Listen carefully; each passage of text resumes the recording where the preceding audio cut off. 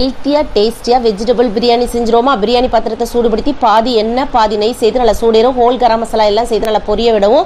முந்திரி பருப்பு சேர்த்து நல்லா வறுத்து விட்டுக்கோங்க. வெங்காயத்தை போட்டு நல்லா வதக்கிட்டு இஞ்சி பூண்டு பேஸ்ட் பச்சை வாசனை போகிற அளவுக்கு வதக்கினதுக்கப்புறமா பச்சை மிளகா கொத்தமல்லி புதினா தலைகளை சேர்த்துட்டு ஒரு நிமிஷம் வதக்கிட்டு தக்காளி பழத்தை போட்டு நல்லா சாஃப்டாக வதக்கிட்டு தீயை கம்மி பண்ணி வச்சுட்டு தனி மிளகாய்த்தூள் தனியாத்தூள் பிரியாணி மசாலா பெருஞ்சீரகத்தூள் மஞ்சள் தூள் வேணும்னா காஷ்மீரி சில்லி சேர்த்துக்கோங்க. இதெல்லாம் நல்லா வதக்கினதுக்கப்புறமா பீட்ரூட்டை தவிர மற்ற காய்கறிகள்லாம் சேர்த்துக்கோங்க.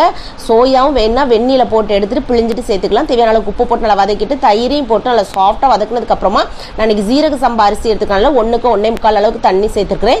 தண்ணி நல்லா கொதி வந்ததுக்கு அப்புறமா 20 நிமிஷம் ஊற வச்சிருக்க அரிசியும் சேர்த்து நல்லா கலந்து விட்டுக்கோங்க. தண்ணி நல்லா உள்வாங்கினதுக்கு அப்புறமா தம் போடுறதுக்கு முன்னாடி நெய்யும் எலுமிச்சப்பழ சாறும் சேர்த்து நல்லா கலந்து விட்டுட்டு 20 நிமிஷம் தம் போட்டுருங்க. 20 நிமிஷத்துக்கு அப்புறமா ஸ்டவ் ஆஃப் பண்ணிட்டு ஒரு 10 நிமிஷம் கழிச்சு எடுத்தீங்கன்னா நல்லா மணக்க சூப்பரான வெஜிடபிள் பிரியாணி ரெடி. கண்டிப்பாக ட்ரை பண்ணி பாருங்க.